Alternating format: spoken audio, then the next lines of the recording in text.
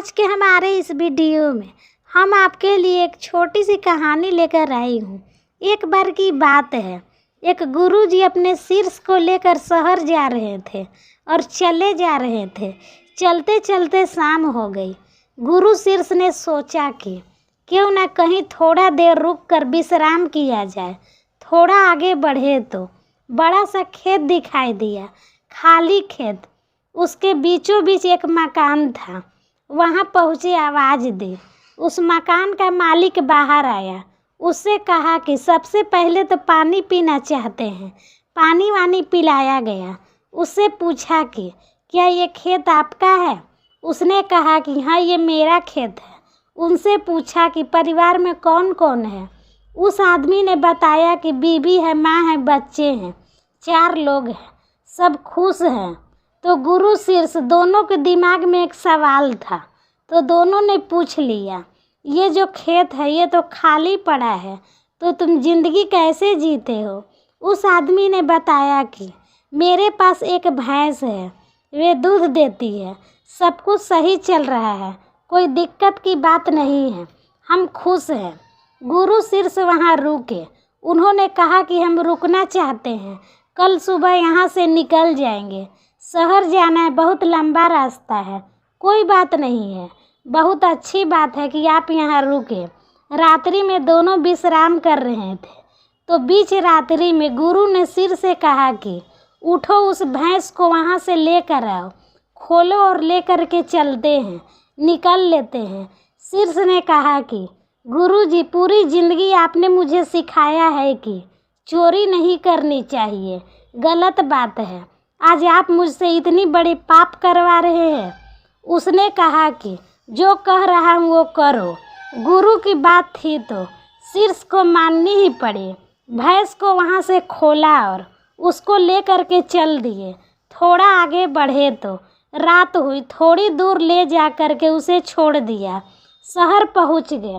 शीर्ष अपने काम धंधा में लग गया। गुरु अपने ज़िंदगी जीने लगे। 10-12 साल बीत गए थे, लेकिन शीर्ष के मन में ये गिल्ट रहा कि मेरे गुरु ने मुझसे इतनी बड़ी चोरी करवा दी, इतना बड़ा पाप करवा दिया। एक इंसान जो अपनी ज़िंदगी एक भैंस की वजह से जी रहा था, उसके जीने की वजह उससे चुरा ली। वे गिल्ट में जीने लगा। बिजनेसमैन बन गया, बड़ा बिजनेसमैन था, पैसा वैसा कमा लिया।